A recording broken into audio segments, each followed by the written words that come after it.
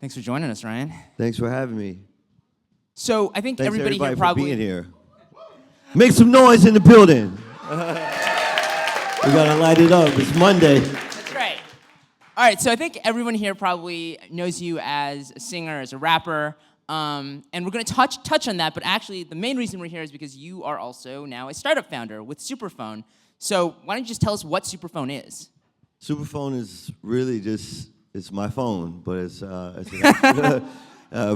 a way for me to actually manage tens of thousands of incoming messages. So everybody has my phone number. If you go to my Twitter right now, twitter.com/Ryan Leslie, or if you go to instagram.com/Ryan Leslie, you're gonna find that my cell phone number is publicly displayed, and so I had to build technology so that I could handle all of the text messages that I'm getting. So let's talk a little bit more about the product in a second, but let's talk also about why, because I mean, I think actually, I interviewed you for the first time maybe about a year ago, and at the end of the call, you gave me your cell number, said just text me if you have any questions, which I thought either meant that you were like crazy or that we were just gonna be like best buds. But it turns out you just share it like publicly. Like why did you start doing that? Well, it's really, really simple. I number one, just wanted to be able to thank everyone. So anyone that was actually cared enough to have a relationship with me, no matter how short it may be. Maybe it just was someone who ran up to me at the airport, right? So I just came back from LA and someone came up at the airport and said, hey, can we take a picture? And so I feel like a lot of times, when you're in sort of a public sphere, you take those little moments for granted, and I actually now have a full catalog of every photo I've ever taken with anyone, because anyone who takes a photo with me, they just text it to me. So when you first started doing that, and had you already built a version, like an early version of the SuperPhone product, or at the beginning when you were giving your phone number out, was it just like, all right, I'm just gonna try to answer all these texts, like, let's see how this goes? Yeah, so initially I tried to use Google Voice, right? And so the real issue there was that I couldn't automate. So I was just getting way too many text messages, and manually I was asking every single person, hey, I don't recognize this number. What's your name? Where do you live? And they would ask all kinds of questions, and I would get all kinds of photos and different propositions, et cetera, via text. But the real vibe was that I needed, hey, we live now, it's 2016. I mean, there's so many amazing platforms that are available that allow me to be able to automate some of this. And so I knew exactly what I wanted to know from every single person who texted me. First and foremost, if you just text me randomly, I'd like to know who you are. So I like to know, who is actually texting me. Otherwise, I'm just talking to a 10-digit number. So my number, if you're tuning in, it's 646-887-6978, and you can just set up a new message on your iPhone and send me a text. It's very easy to do, or save me in your contacts and send me a text, but it's 646-887-6978. And literally, the first message that you'll receive from me, if you're texting me the first time, is a very simple message that says, yeah, hey, I need your info. Click this link and add all your info to my phone. And so you'll click a link, and it's the equivalent of me handing you my phone with the contacts open. You fill it in, and then at that point, we have a relationship. So what's the worst text that you've ever gotten? Man, I don't know. I mean, there's a worse text in terms of like the worst ask. I mean, when you make yourself available, sometimes people will ask you to pay their college tuition, or they will ask you to pay their rent, or they will say, hey, look, there's this house I've been looking at, and I can cover the monthly, but could you cover the down payment? That seems fair, right? Like you go like in on it, right? That's fair. Yeah, and I've had real, like I don't know if those requests are real, but I've had more simple ones like, hey, can you send me a photo of a body part? There's all kinds of You're talking about your face, right? Yeah, talking about my face, for sure. Yeah. So when you decided to build SuperPhone, one of the things that's like really cool is, you actually, at least the initial version, you built it yourself, right? And you were like using Codecademy or something like that to actually learn the skills to do that. Yeah, I think that it's just really awesome now that if you want to build something, you can actually teach yourself how to do it. And so for me, as a music producer, I taught myself how to produce by just listening to other people's beats and figuring out how they actually tweak their sounds. And now I decided that I wanted to be able to do what I had seen other technologies do. And when I looked, and I tried to find the case studies, I found a platform that I could do it on. It's called Twilio. And Twilio is not something that you can just sign up for and get a phone number. You actually have to program it. And so I went to Code Academy, and I learned some basic coding skills so that I could build that initial auto response. That led me to be able to finally have a relationship with my fans beyond just buying an album. And people could actually start texting me and saying, hey, Ryan, listen, you know, I bought your album, but there's more I could do for you. I know that you're building technology. I'm a developer. And so one of those guys was a guy by the name of Brandon Brisbane. He was working at a startup called LO at the time. And he's actually responsible for the more robust enterprise level SuperPhone that exists today. But I met him because he sent me a text. Do you think there's any of that original code that you wrote that's still in the current SuperPhone product? Absolutely not. Are you still, for fans out there, especially the tech-savvy fans out there, are you still taking job applications? Yes, we are absolutely taking job applications. We're built in the Java Play framework. We're using Cassandra DB, Elasticsearch. So if you understand about indexing, because right now I have about 50,000 contacts, so I need to be able to search them quickly. And what's beautiful about searching my contacts is, you know, case in point, I was on my way to Vegas, and I had a connection in Atlanta, and my girl was meeting me in Atlanta so we can go to Vegas and see Britney Spears, and she was about to miss the flight. And so I could literally go in my phone and see who worked at Delta Airlines at that airport, and I actually happened to have someone who worked at Delta Airlines in that airport, and they held the plane for her. And so this is kind of what's really beautiful about having a real relationship with the people that support you, is that it goes beyond just, hey, buying an album or coming to a show, but it starts to build like a really beautiful network that's like more social than social networks. So I want to ask how the Britney show is, but maybe we'll save that for after. Okay, we can ask about that. Since we only have 30 minutes. So when you talk about the idea of building a real relationship, right? So you want to automate this process of texting with somebody, but at the same time, you want them at some point to actually feel like they're talking to you and not just I'm getting a bunch of canned responses. So can you talk a little bit about what that balance is? So that, I mean, is everybody who texts you ultimately going to get, if they get, you know, a real text, that's from you, that's not from assistant, it's not from a bot or anything? Yeah, so I don't run this with an assistant. I have too many conversations. I mean, this is my actual real cell phone. So from Ludacris to Mike Posner to CeeLo to any of my investors to my mom, to my girl, everybody texts me on this number. So it's not necessarily that I want everyone to have everyone else's number that's in my phone.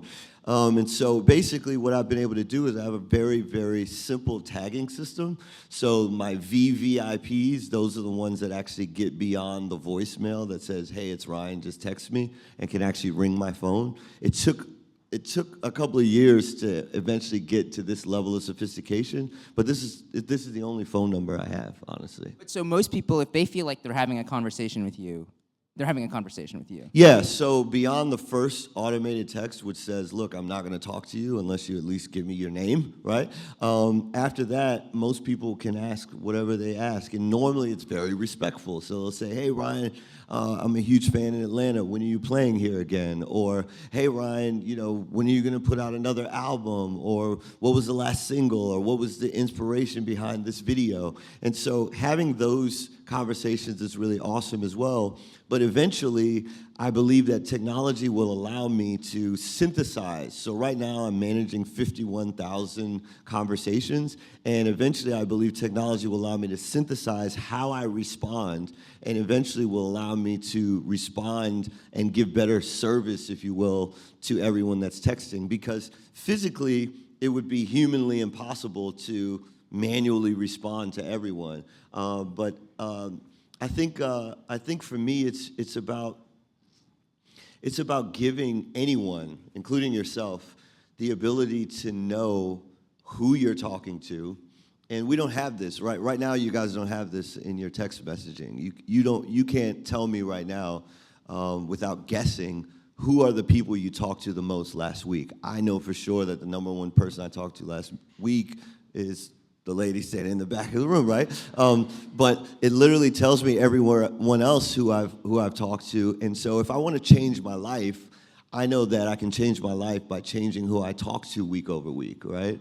And so I think that technology should allow us to be able to do this. And so there's an idea called Dunbar's number, and one of my very good friends, Carlina, she's a neuroscientist at NYU, or she's studying to be one, and she introduced me to this concept of Robin Dunbar, and Dunbar's number is that you can only maintain 150 stable relationships at any given time.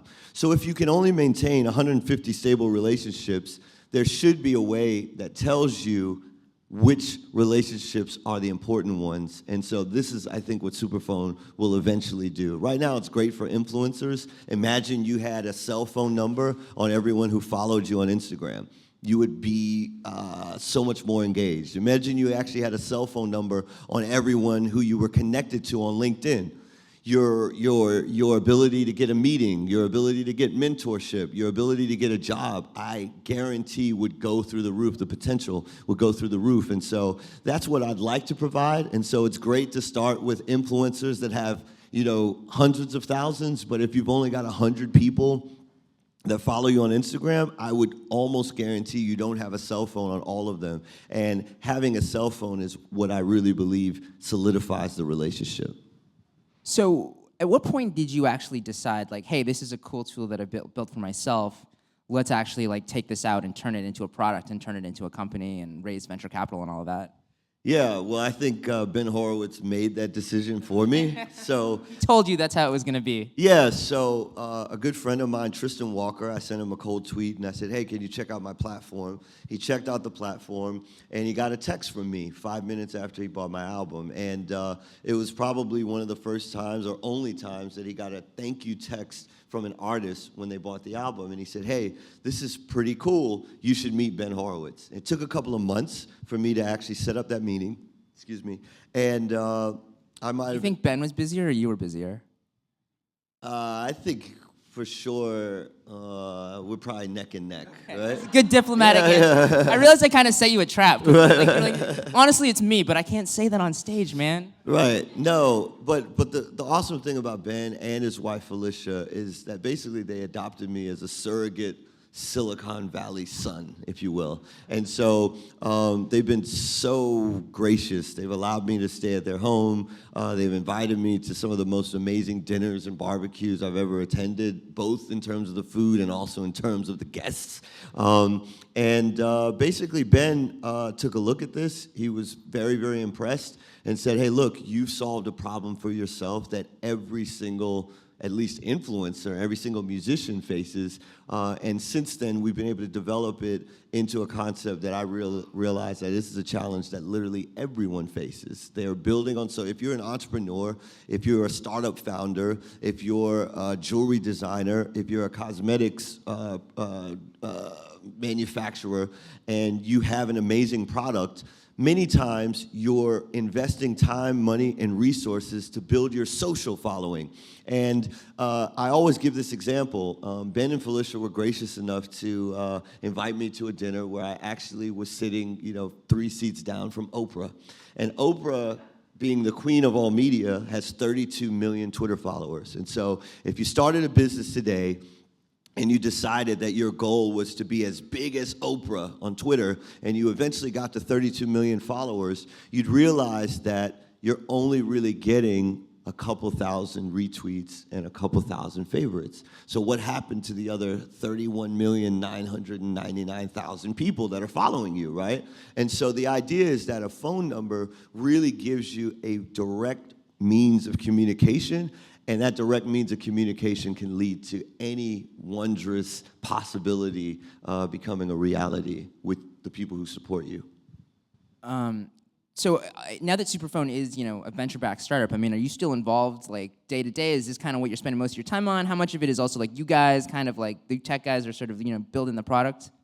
No, I build out all of the specs, right? So, even right now, we're talking to a couple of dev shops, and literally between myself and the CTO, we kind of spitball back and forth, and I build the specs. So I say, look, this is what I would like to have happen. And right now, what I've been realizing is a lot of people will text me, and it will be a novelty. So they'll say, hey, is this really your number? And then my text will come back and it'll say, hey, put your info on my phone. And a lot of times the conversation might stop there. And so now we're building a way for me to actually circle back with those people and say, hey, look, do you really want to have a conversation with me, or should I delete you from my phone, right? And so that's one of the latest specs that I just built. And so I build all of the if this, then that chains, and we think of all the different scenarios, and then we code accordingly.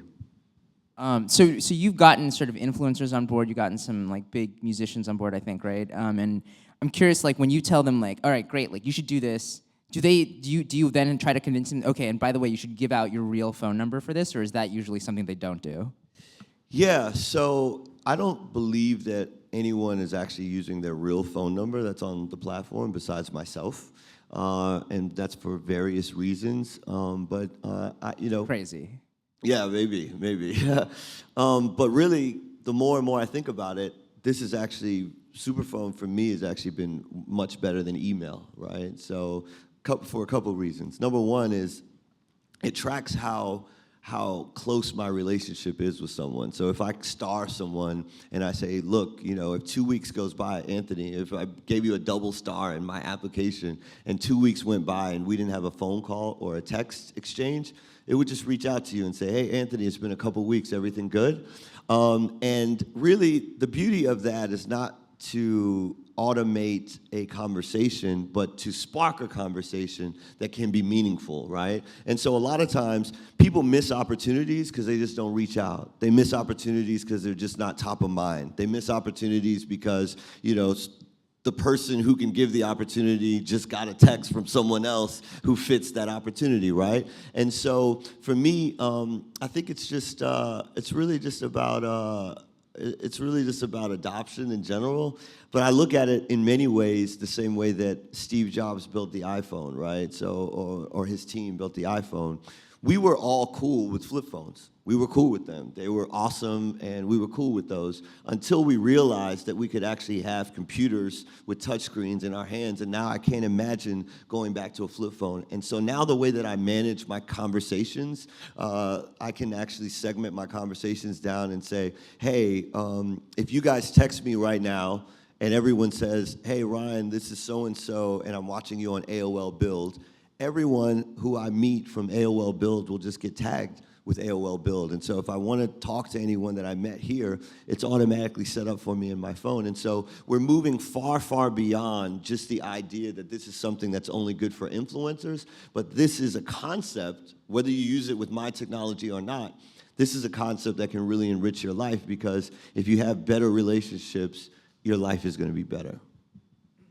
So, one other thing I think we've talked about in the past was, I'm going to make it sound like one other interview we've done, you talked about, going independent as well, right? And sure. And I think that this has kind of made you think a lot about kind of your relationship with fans, and then what is it, how are you actually going to, make a career out of being a musician? And I'm curious, I was looking at Spotify earlier, and I think your latest albums are not on there. I mean, do you want to talk a little bit about how you look at the landscape of streaming services, and how, and the relationship with musicians, and particularly, are they good for you? For sure. So with streaming services, I absolutely love them all. I love the ability for fans to be able to discover my music.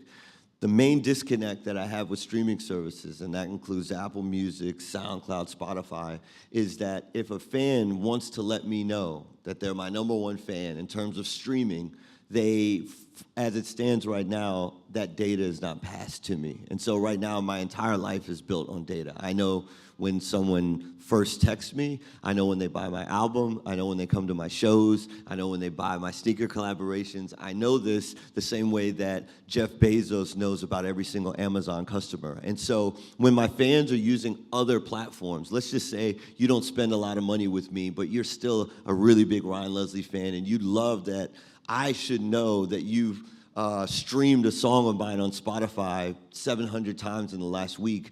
I'm working with the, internally with the teams at these streaming services to try to figure out a way that you can let me know that. And so once that's ironed out, that's when my music will be back on those streaming That's services. interesting, because I think like a lot of those conversations, the broader debate about the streaming services are about the money. And it sounds like for you, I mean, I'm sure that if they paid more, that'd be great. But it sounds like for you, it's really more about the data.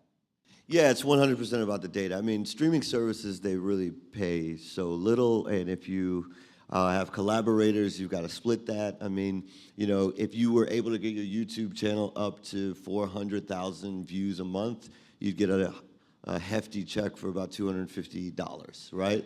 And so that's why platforms like Patreon, my buddy Jack Conti, that allows supporters to actually be a part of the creation, be part of the production, is really important, because at the end of the day, the streaming, like you said, is you're really getting fractions of pennies for every stream. So it sounds like in some ways you've also like made peace with that idea, though, that okay, there are going to be a lot of platforms where I reach fans, where I'm going to get a lot of exposure. That's probably where they're going to consume a lot of my content, but they're not necessarily going to be where I make most of my money.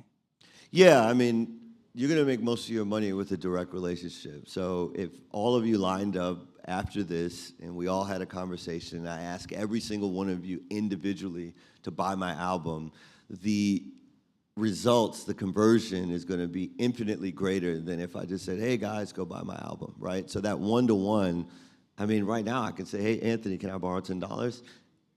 There's a 50-50 chance you're going to give it to me, right? I would give it to you. It depends on how big the ask was. But 10, I think I could do that. Yeah. And so that's really what we're trying to do, is actually bring that conversation all the way down to one-to-one and be able to scale it to tens of thousands or even hundreds of thousands or even millions of people.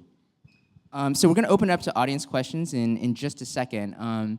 Before we do that, let me ask you one more question, which is just, if somebody was to text you and they really, they love Ryan Leslie, like, what was your advice, and they really want to build a relationship with you, how should they like start that conversation?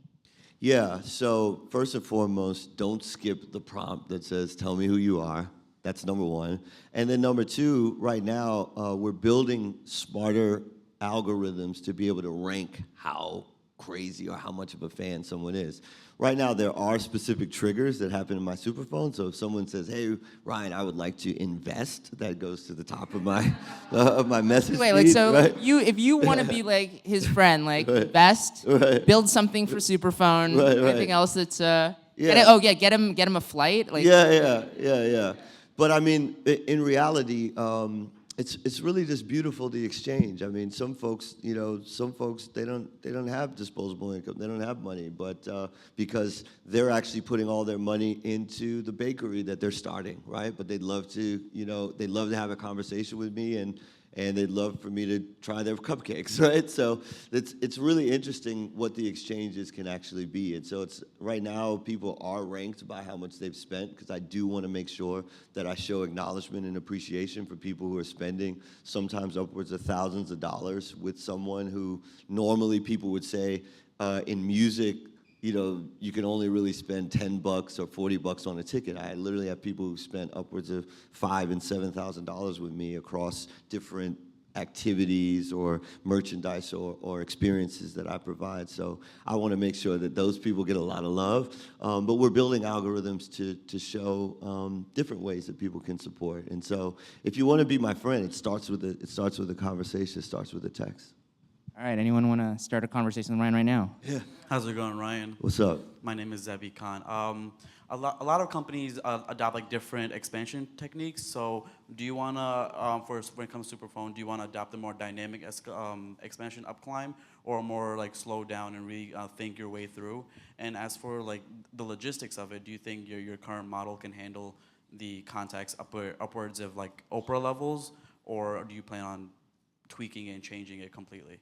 Yes, so those are two really good questions. Number one is, how do we look at scaling? So as it stands right now, when we closed our latest round of funding, we closed the beta. So we had about 2,500 users. We learned as much as we possibly could. We learned about all of their pain points. And so for the next couple of months, we'll be allowing folks to come on one by one. Our most recent activation was a guy by the name of Mike Posner. You might know him. He has a crazy record right now called I Took a Pill in Ibiza. We got one Mike Posner. Yeah, Yeah, we the got a house. Mike Posner fan, right? And so if you check his Instagram, you'll see that he put his phone number out. And so we're building cases one by one, and then at the end of the summer, we'll literally allow anyone who believes in this concept of better connectivity to be able to utilize the platform. And then your next question is, could this scale all the way to Oprah level? Well, I mean, when I think about this, I think about, one of my favorite artists in recent times. Her name is Rihanna, right? And she has 90 million plus likes on Facebook. And I think about the way the power dynamic would change if Rihanna actually had access to 90 million phone numbers. She would actually own double the subscribers of Sprint, right, as one person. And so as we start to think about the difference between people who are culturally relevant or people who are superstars on social and build these audiences and build billion-dollar platforms for Instagram or YouTube or Twitter or Vine, Vine maybe not a billion-dollar platform, but Instagram for sure.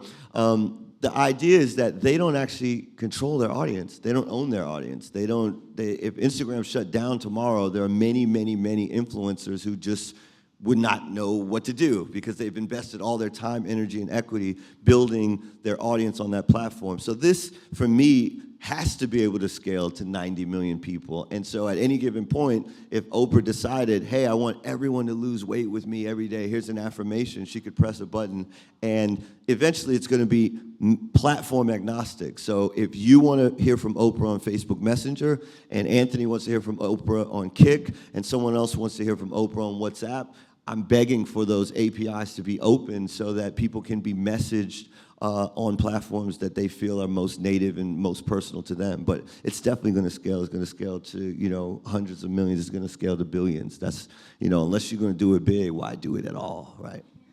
I think we've had time for more questions. Yeah, hi, Ryan. So I just wanted to know, since your phone does manage who you speak to and how you connect with them, how much time do you actually really spend daily on your phone? And also I wanted to know, if this technology comes out to the public, do you think it'll be chaotic if everyone has 50,000 contacts on their phone? Yeah, so first and foremost, I think it's very,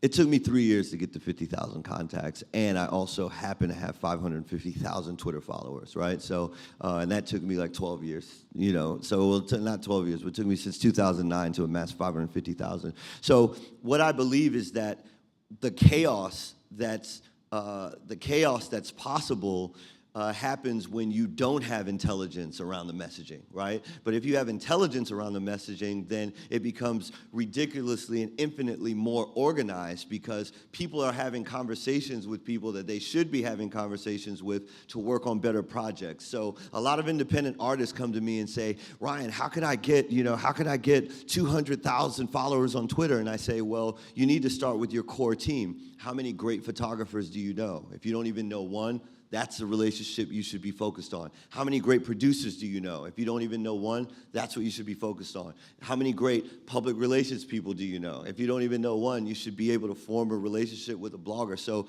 your network should first and foremost look like what your core team should be, and you should have really organized communication. So like Slack is a great version of that, but people can't actually join your Slack team unless you invite them. With SuperPhone, what this allows people to do is anyone that's in this room that's a developer, if you add yourself to my phone today and you say developer, I can look later on tonight and say how many developers did I meet today? And then it helps me to manage my time. So your first question was, how much time do I spend on the phone? I spend as much time on the phone as everyone else in this room. And I couldn't spend more than 24 hours a day on the phone, right? And so when you really think about it, I don't know what the number is, but I think people look at their phones, maybe a few hundred times, maybe a couple thousand times a day. I don't know. But I spend the same amount of time, but my conversations, my time on my phone is a lot more organized. My time on my phone can quickly get me from, hey, hey mom, I love you, to closing a $200,000 investment, because I literally have that level of intelligence and organization on all of the conversations that I'm having over text. And most people don't even talk on the phone really anymore, right?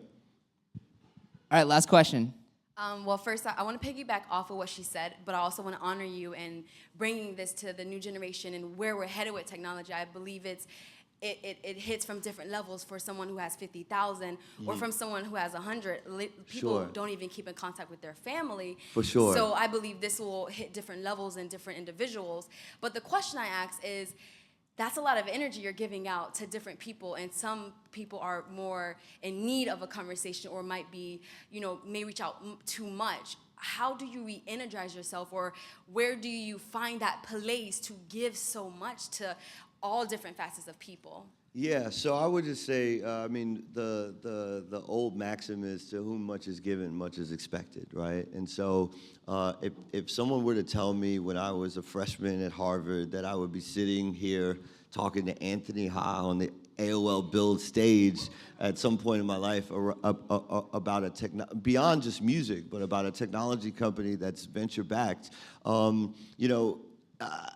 I really just feel that at this juncture, whatever success you actually are able to achieve, it's very important that you open the channel so that other people can, number one, follow in the pathway, but even better, just like Brandon was able to do with my code base, come through and just kill the pathway so that we're actually advancing as a people, we're advancing as a species, we're advancing as a generation, right? And so the fact that we do have this ability, that we can actually, that I actually can, 5 years ago I wouldn't be able to do this, but the fact that I can do it today requires that, because I have the vision, and I do have the resources, and I also have a way that people can reach out to me if they want to support that vision, it is my responsibility to build this into the most incredible tool that allows me to actually scalably message with folks and give them insight and know which people to talk to, And so what's beautiful is hopefully that this actually fosters community, right? Because not everyone can be a Ryan Leslie mentee. I only have, a limited amount of time, but there are so many other startup founders that are just as passionate, just as brilliant, just as